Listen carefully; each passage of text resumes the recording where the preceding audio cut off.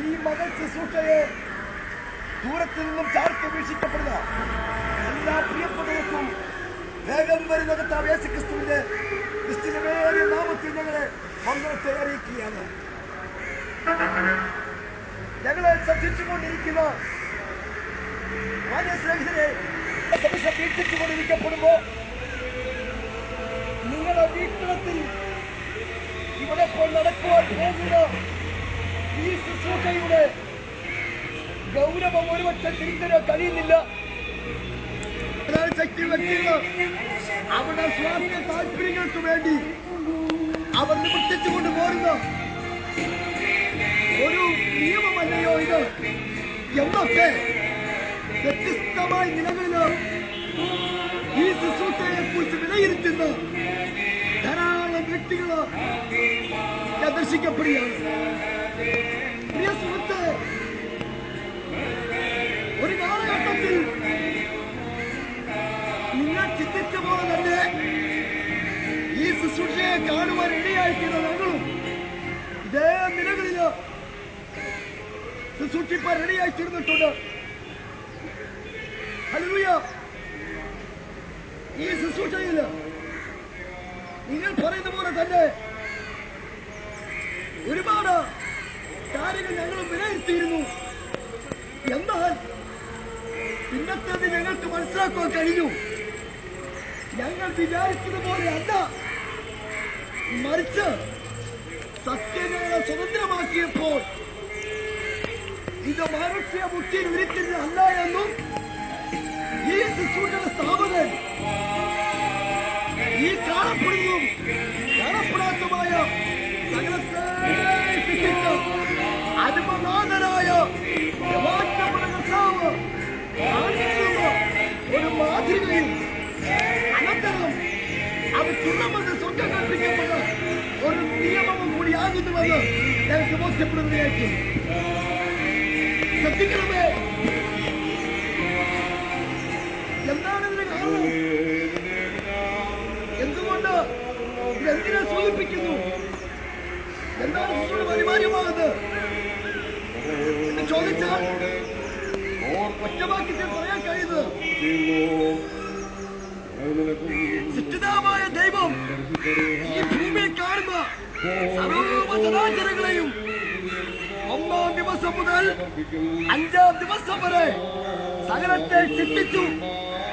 താം സൃഷ്ടിപ്പരണിയായിത്തീർന്ന സൃഷ്ടികളെ കണ്ടപ്പോൾ ഇത് അനുഭവിക്കുവാൻ ഒരു മനുഷ്യൻ ഉണ്ടാവണമെന്ന് കണ്ടുകൊണ്ട് ഇരുപത്ത് മനുഷ്യന്മാർ ഒരുമിച്ച് ആലോചിച്ച് നേരത്തെ പൊടികൊണ്ട് ഒരു മനുഷ്യനെ നേരത്തെ പൊടികൊണ്ട് വീണ്ടും കരുണയുള്ളവർക്ക്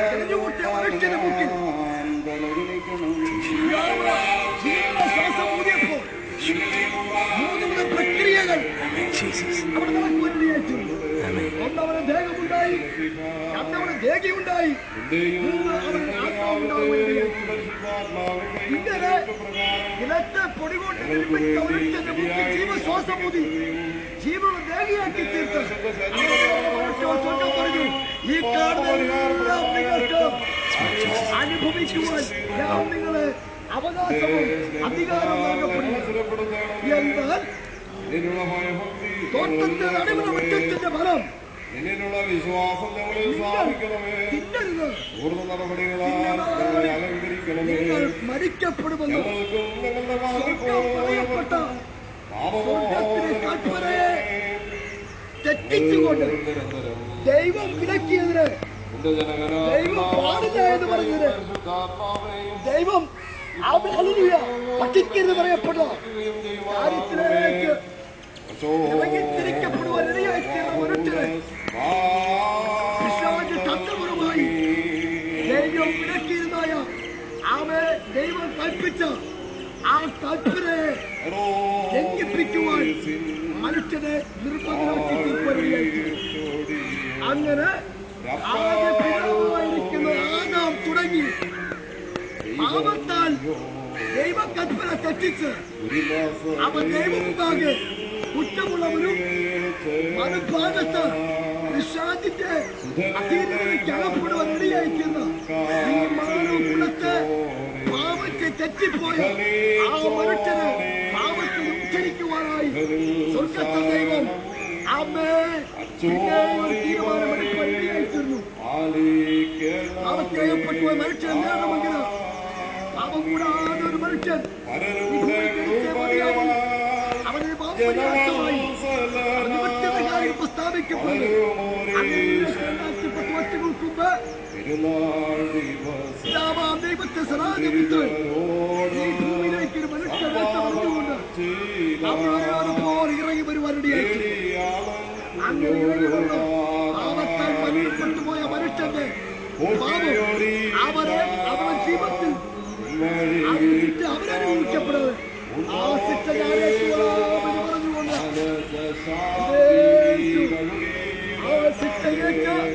പാപത്താൽ മരണപ്പെട്ടുപോയ മനുഷ്യരെ പാപത്തിന് മോചനപ്പെടുവാൻ വേണ്ടി യേശു ഇറങ്ങി പോകുന്നുകൊണ്ട് തന്നെത്താൻ തന്നെ തയ്ക്കപ്പെടും ഏൽപ്പിച്ചു കൊടുത്തു എന്ന് കാണുമ്പോൾ കഴിയപ്പെടുകയാണ്. ഇങ്ങനെ ഇറങ്ങി വന്ന് നമ്മുടെ കർത്താവ് മത്തായി സുവിശേഷം 3-ാം അധ്യായം താഴേക്ക് വായിക്കുമ്പോൾ നമുക്കാണ് ഇങ്ങനെ വായിക്കാം. അനന്തരം യേശു യോഹന്നാനാൽ സ്ഥാനമേൽക്കുവാൻ അടുക്കൽ വന്നു. യോഹന്നാൻ അവനെ വിലക്കി, എന്നാൽ സ്ഥാനമേൽക്കുവാൻ എനിക്ക് ആവശ്യം, നീ എന്റെ അടുക്കൽ വരുന്നു എന്ന് പറഞ്ഞു. യേശുവിനോട് ഇപ്പോൾ സമ്മതിക്കാം, ഇങ്ങനെ സകല നിവൃത്തിക്ക് നമുക്ക് ഉചിതമെന്ന് ഉത്തരം പറഞ്ഞു. എന്നാൽ അവൻ അവനെ സമ്മതിച്ചു. യേശു സ്ഥാനമേറ്റ ഉടനെ വെള്ളത്തിൽ നിന്ന് കയറി അപ്പോൾ സ്വർഗ്ഗം തുറന്നു. ദൈവാത്മാവെന്ന് ഇറങ്ങി അങ്ങനെ വരുന്നു അവൻ കണ്ടു. ഇവന്റെ പ്രിയപുത്രൻ ശബ്ദമുണ്ടായി.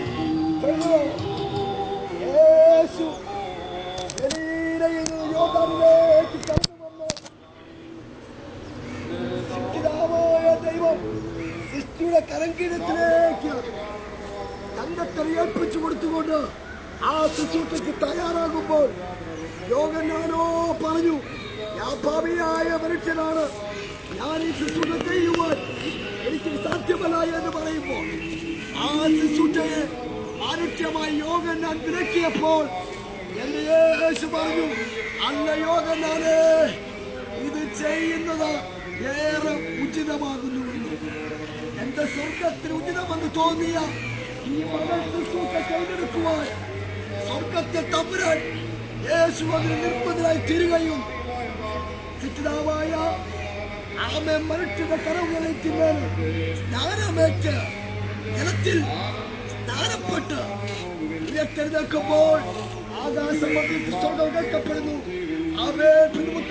സംഭവിച്ചു. ഇവരെന്റെ പ്രിയപുത്രൻ, ഇവരിൽ ഞാൻ പ്രസാദിച്ചിരിക്കുന്നു. എന്നെ ദൈവത്തിന്റെ പ്രിയപുത്രനായി ചെയ്യുകയാണ് ചെയ്യുന്നത്. ദൈവം പ്രസാദിക്കുകയാണ് ചെയ്യുന്നത്. ദൈവത്തെ പ്രസാദിക്കുവാൻ ദൈവം നമുക്കൊരു ഭാഗ്യമൊരുക്കുവാൻ ഇടയായിത്തീരുന്നല്ലോ. സമയം മുൻപോട്ട് പോകുന്നുണ്ട്. വേഗത്തിൽ വാക്യത്തിൽ നമുക്കൊരുക്കപ്പെടട്ടെ. അനന്തരം സ്ഥാനമേറ്റ് ആ 3 മാസവും ഈ മകൾ ശുശ്രൂഷ ചെയ്തുകൊണ്ടിരിക്കുമ്പോൾ തന്റെ നാളിൽ അടിക്കപ്പെട്ടു. പിതാവിലേക്ക് താൻ പോകണമെന്ന് അറിയുന്നപ്പോൾ യേശു അടുത്ത് വന്നുകൊണ്ട് സകലോട് പറയുവാൻ റെഡിയായിത്തീർന്നു. മത്തായി സുവിശേഷം 28-ാം അധ്യായം 18 മുതൽ 4 ഭാഗം താഴേക്ക് വായിക്കുമ്പോൾ ഇങ്ങനെ വായിക്കണം.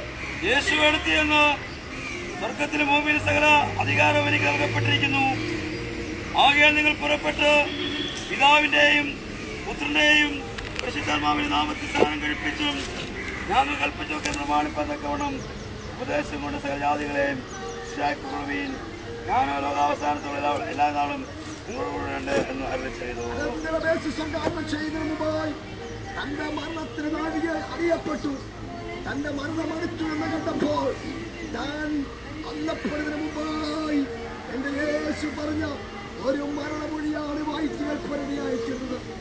അവിടെ എല്ലാവരും വിളിച്ചെടുത്തിട്ട് പറഞ്ഞു, വായിച്ചത് യേശു അടുത്ത് ചെന്ന് സ്വർഗത്തിലും ഭൂമിയിലും സകല അധികാരവും എനിക്ക് നൽകപ്പെട്ടിരിക്കുന്നു. ആകയാൽ നിങ്ങൾ പുറപ്പെട്ട് പിതാവിന്റെയും പുത്രന്റെയും പരിശുദ്ധാത്മാവിന്റെയും നാമത്തിൽ സ്നാനം കഴിപ്പിച്ചും ഞാൻ നിങ്ങൾ കൽപ്പിച്ചൊക്കെ പ്രമാണിപ്പാത്തക്കവണ്ണം ഉപദേശിച്ചും കൊണ്ട് സകല ജാതികളെയും മനസ്സിലാക്കിക്കൊള്ളുവീൻ. ലോകാവസാനത്തോളം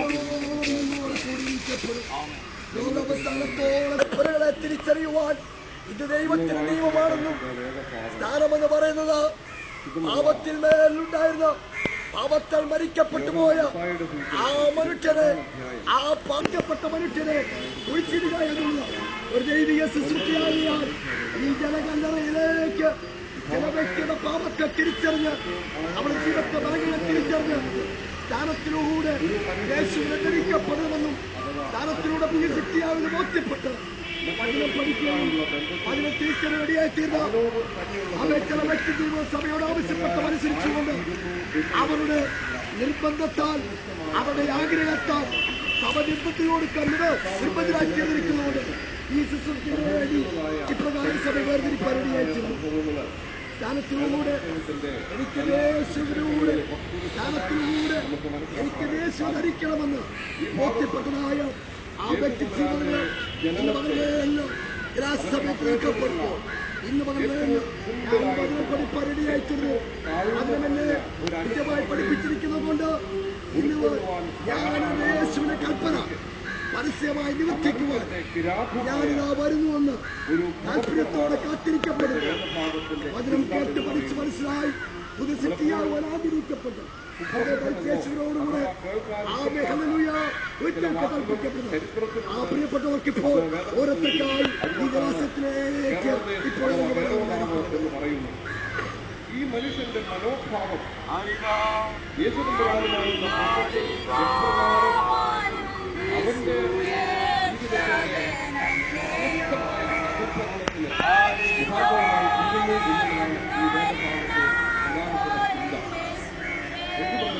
ജനനത്തെ പ്രവാചകന്മാർ നൂറ്റാണ്ടുകൾക്ക് മുമ്പ് പ്രകീർത്തിച്ച അവരിൽ നിന്ന്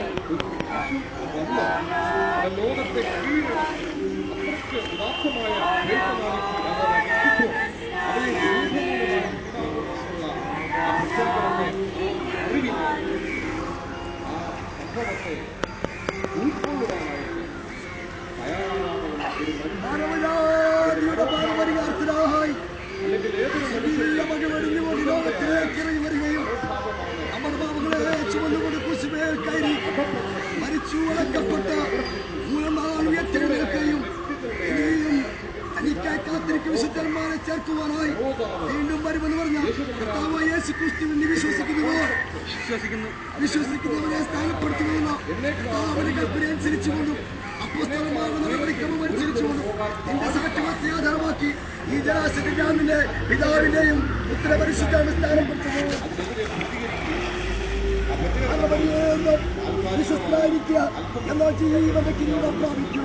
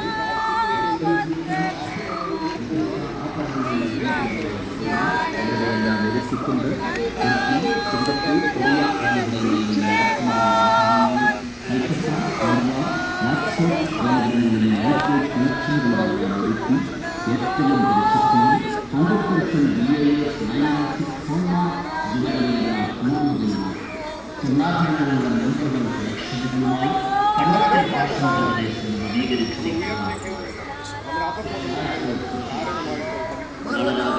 മണിക്ക് ബഹുമാന്യനായ മുൻ മന്ത്രി ശ്രീ PM ജേക്കബ് അവர்கள் പഠനം ചെയ്യുമ്പോൾ ഉദ്ഘാടന ചടങ്ങിലേക്കും തുടർന്നുള്ള പ്രവർത്തനങ്ങളിലേക്കും നിങ്ങളാക്കിയ നിങ്ങൾ ഓരോരുത്തരെയും ഞങ്ങൾ നിങ്ങൾക്ക് എത്തിച്ചിട്ടുള്ള സമ്മാനക്കൂട്ടങ്ങൾ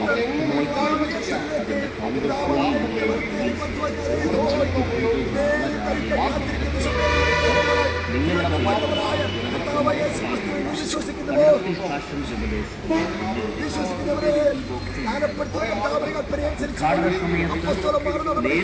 നിങ്ങളുടെ ആധാരമാക്കി ഈ ജലാശയത്തെ ഞാൻ നിന്നെ പിതാവിന്റെയും പുത്രന്റെ പരിശുദ്ധ നാമത്തിൽ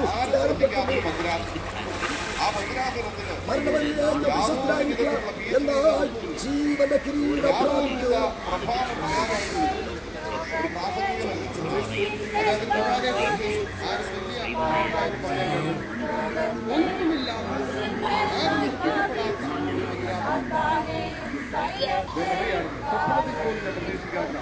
ഈ സഭയുടെ എന്നെ വളരെയധികം ചിന്തിപ്പിച്ച് എന്നെ ബോധം കൊള്ളിച്ചു.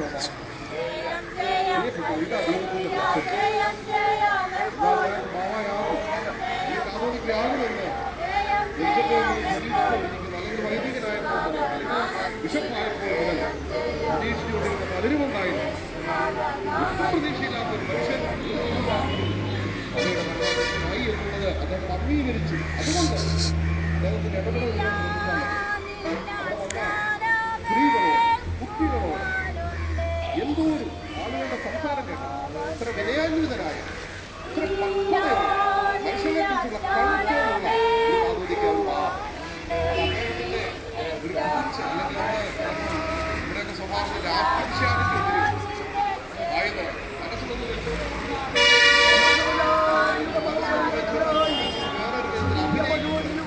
അച്ഛനി കണ്ടാലും ആ ഇടപെടലൊക്കെ മനസ്സിലാക്കാൻ രസനമല്ല. അദ്ദേഹത്തിന്റെ ഒറിജിനാലിറ്റി ദൈവം കണ്ടറിഞ്ഞത്. ആ ഒറിജിനാലിറ്റി അദ്ദേഹം നോക്കിയത്. അതുകൊണ്ടാണ് അദ്ദേഹത്തെ ഒരു ആരും ശ്രദ്ധിക്കപ്പെടാത്ത ഒരു കോണിൽ നിന്ന് വിളിച്ച് അവയുടെ മരണം മനസ്സിലാക്കി. ചരിത്രത്തിലേക്ക് ഏതൊരു മനുഷ്യനും അവരൊക്കെ ഒരു സുപ്രഭാതത്തിൽ ദൈവം വളർത്തിയതല്ല. ദൈവം വളരെ അതിന്റെ ആഴത്തോട് നോക്കിയപ്പോൾ ആധാരമാക്കിക്കൊണ്ട് ഈ ജലാശയത്തിൽ ഞാനിന്റെ പിതാവിന്റെയും പുത്രന്റെയും പരിശുദ്ധനാമത്തിൽ സ്ഥാനപ്പെടുത്തുന്നു. ആളുടെ കൂടെ വീട്ടിലിരുന്ന് സംസാരിച്ചപ്പോൾ മരണപര്യന്തവിശുദ്ധരായിരിക്കുക എന്നാ ജീവന കിരീടത്തെ പ്രാപിക്കൂ. മനോഭാവത്തിൽ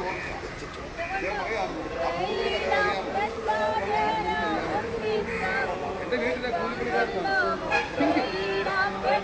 എന്റെ വീട്ടിലെ കൂലിവേലക്കാരനായിരുന്നു അവൻ. പേര് അമേരിക്കയിലാണ്. അവന്റെ സ്ഥിതി എന്താ? 78 വയസ്സായിട്ടും വെല്ലിപ്പന്റെ മനോഭാവം തയ്യാറായിട്ടില്ല. അദ്ദേഹത്തിന്റെ മക്കൾ കഴിച്ചു പോയി.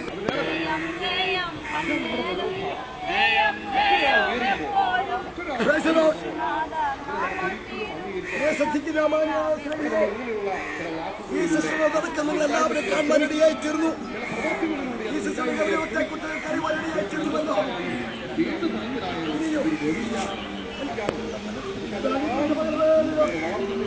നമ്മുടെ ജീവിതത്തിൽ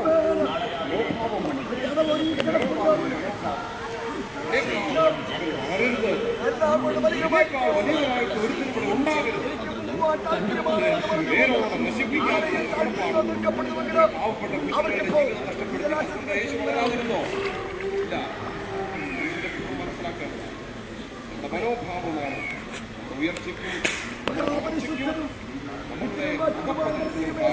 നമ്മുടെ മനോഭാവം അതിന്റെ പരിണത ഫലമാണ്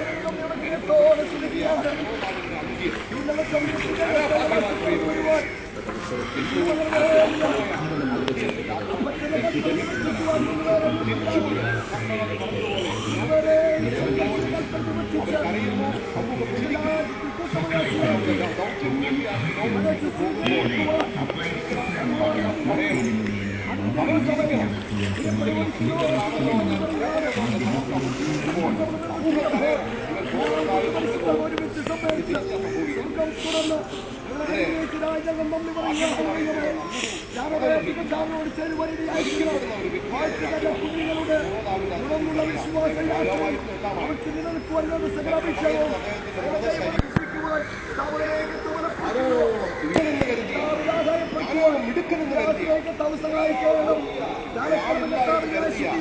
സഹായിക്കണം കൊണ്ടുവന്ന് സഹായിക്കണമേ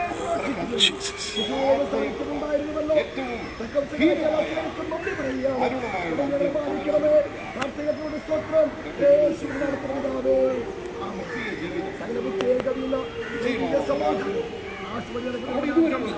മനുഷ്യരുടെ കൂട്ടായ്മ സഹവാസം ആമോത്താക്ഷിയുണ്ടായ ഈ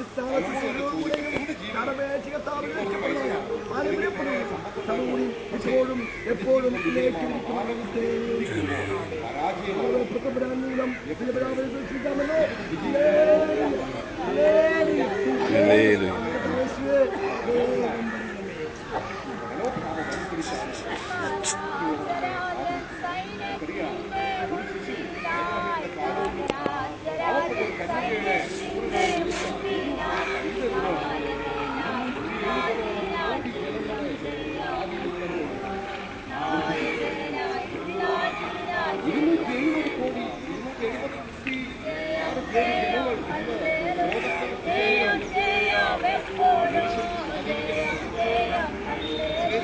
Yeah.